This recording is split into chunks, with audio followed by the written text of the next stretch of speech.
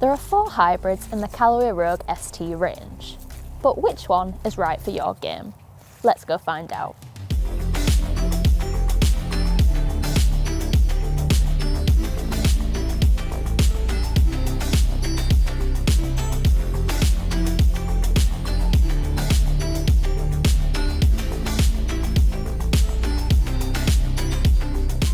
Big changes here are updates to existing technologies.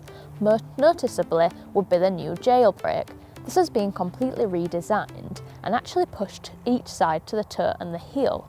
This allows the face to flex more, which is going to give you more ball speed for more distance. Launch and spin has been optimised thanks to the tungsten speed cartridge that sits on the sole of the club. Now for each of these 4 models and for every loft within each of them, we have an individually designed AI face that's going to maximise ball speed and launch conditions for each of those clubs. First up we have the Rogue ST Pro. Visually for me this is probably my favourite in the lineup. It's very small and compact, but they're also very rounded and fairway wood-like, so it's really going to help those people who kind of sweep the ball a little bit. Now this is really designed to be the most players model, so it is very small. It doesn't really make you think forgiveness when you're over the ball, but we'll see how that comes out in the performance. The ball flight was nice. I like the sound and the feel. The ball flight was good too. I'm not sure it's carried quite as far. Yeah, I was just in the 196s, so almost there but not quite.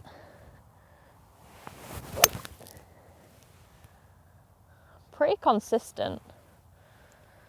Direction's almost identical, but again it doesn't feel the fastest off the face.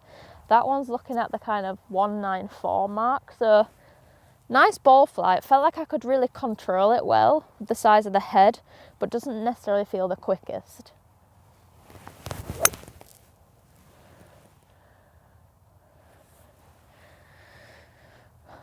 Caught that a little low and the flight wasn't quite as high, but it has still flown out a pretty similar distance to the others, so a little bit of forgiveness there, maybe a little bit of extra kind of ball speed on those low strikes thanks to some of that jailbreak technology.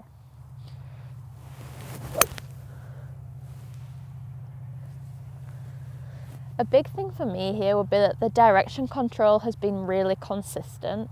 Now for me a hybrid is kind of a club gap filler in your bag. It's not something that needs to go really far, and I guess if I needed a bit more distance I could always go to a different loft. But for me that dispersion is really important because I use these to fire into long par 4 greens and also into par 5s when I'm trying to get on 1-2. So for me it is really more about that dispersion and where I can get it to land on the green. Next up we have the Max, and straight up there is quite a big visual difference in terms of the size and the shaping. The back is still quite rounded, but the front is a lot more iron-like and a lot squarer, which I'm not sure I love. I do think there's probably quite a big jump up between this and the Pro, and I do worry if there was someone that kind of preferred that rounded back and front, but wanted more forgiveness, there isn't really an option for them. But maybe the performance will bowl me over. Yeah, straight up that's launched quite a bit higher, which is obviously what this model would be designed to do. It's a bit bigger, which gives them more scope to get weight back and low, which is going to give you that extra launch.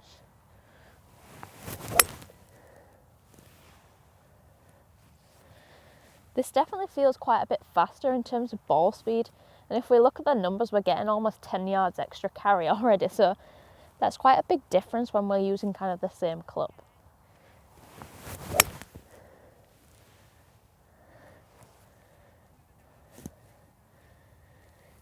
The dispersion's maybe slightly more right than the other, but there's really not much in it at all. I mean, most of these are landed on the green at the moment.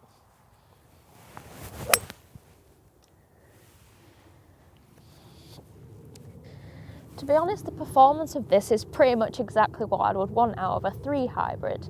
Maybe my one thing would be that the height is a little bit inconsistent, but for me the looks just aren't really cutting it. Next up we've got the Max OS, and it's definitely more oversized than we've seen before. This is designed to be more of the game improvement offering in this range, so I really want to see more forgiveness and more launch out of this. Oh, definitely launched high. I actually really like that high ball flight.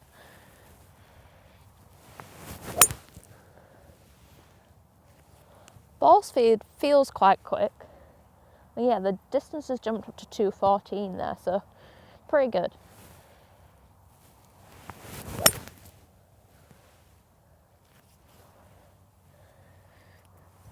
Now, to be honest, when it comes to the last two models, because both of them have this kind of square leading edge that's very iron-like, I don't actually really prefer one from the other.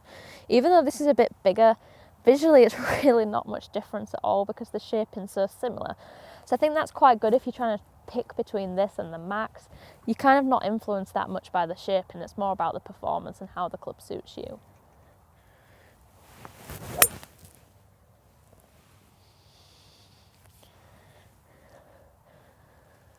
When you get those high ball flights, it's really nice, and I think that's what people in the game improvement category are going to be looking at and what they're going to get the most out of this. That nice high ball flight, which is going to give you more hang time, get you more carry. It's going to help you stop those shots on the green. So last up, we've got the Max OS Lite. This is very similar to the Max OS in terms of the technology of being oversized and wanting that forgiveness, but as you might be able to guess from the name, it's designed to be a little bit lighter. So it's perfect for those players who might not have enough club head speed or wanting to get a little bit extra distance, because the whole build is lighter, so it's going to help you move the club quicker. Now, because of this is only a 60-gram shaft. That's 25 grams lighter than we had in the Pro and 15 grams lighter than we had in the Max and the Max OS. So that's definitely going to play a part in the differences in performance here. Now, over the ball, it pretty much looks identical to the Max OS, so you're probably not going to notice much difference. The only difference here is really the shaft.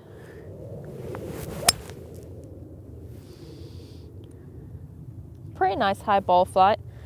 Maybe not as high as I might have expected, given like the different weighting. Now, one thing I get when I write about lighter shafts or lighter clubs a lot of the time is people in the comments asking if it actually feels lighter, how it affects the swing weighting.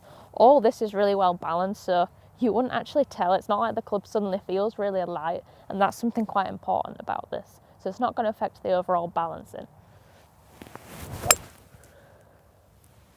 That was a bit better. Really high flight on that. In terms of distance, we're looking at about 207 carry here, so not bad, but not quite as long as some of the other models.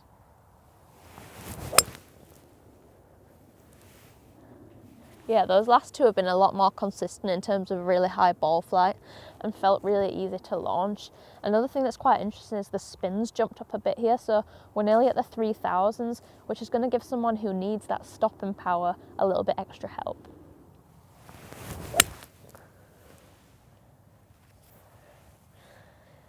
Yeah, I'm not really seeing much extra distance with this, and I kind of would have expected my club head speed to jump up given the fact it's lighter, but then I'm not sure if just I can feel that it's lighter and I don't want to go at it in case I pull them left, but really my carry's dropped down a little bit compared to the Max OS. It's still averaging about 200, just over, so it's not bad, and also the club head speed's very similar, so probably quite surprised by that. Now overall, quite surprisingly, there wasn't as much different between the four models as I would have expected. In fact, in terms of distance, they were all very similar. The shortest was carrying at just over 200 and the longest was only at 206, so really not much variance at all. There was a fairly big difference in terms of ball flight. The Pro was definitely the lowest and it was probably the most inconsistent as well, but I would expect that given the smaller head and probably less forgiveness compared to the other models. In terms of dispersion, it was quite weird. The Max actually ended up being furthest to the right, which is definitely not what I would have expected, but maybe that's just for me like the visual difference with the square leading edge. Something which probably matched what I would have expected was that the OS Lite actually ended up being the furthest left in terms of dispersion, which makes sense with the overall light build and the fact that if you have something that's quite light for you, you're more likely to hit it a little bit left. It also had the tightest dispersion, which really shows that forgiveness story there.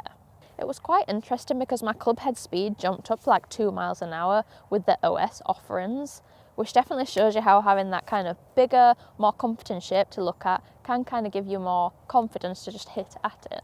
Also in terms of spin, there was some interesting numbers. I actually spun it the most with the Pro and the Max OS Lite, which were both at complete different ends of the spectrum, and then the two models in the middle were a little bit lower. But I think probably because the Pro suits me more in terms of the shaft build up and the spec, I probably hit at it and got the better spin.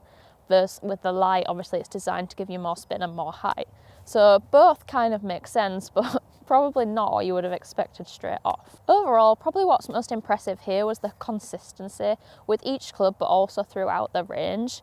I just think for me, there's not really a model that I naturally sit into because I want a smaller shaping, but I also need a little bit of forgiveness. So maybe if that Max shaping or one of the Max OSs had a more rounded option, that might be where I'd like to sit. But for me right now, there's not really one that suits me, but that doesn't mean if you're after more forgiveness or distance, there's not one that's going to suit your game. Right, that's all for today. If you have any questions about any of these models or any of the clubs in the Rogue ST lineup, feel free to drop them in the comments below or drop me a line on Twitter or Instagram. If you're new to the channel, make sure you hit that subscribe button and turn on notifications too. And if you're after more golf content, head over to the National Club Golfer social media channels for more.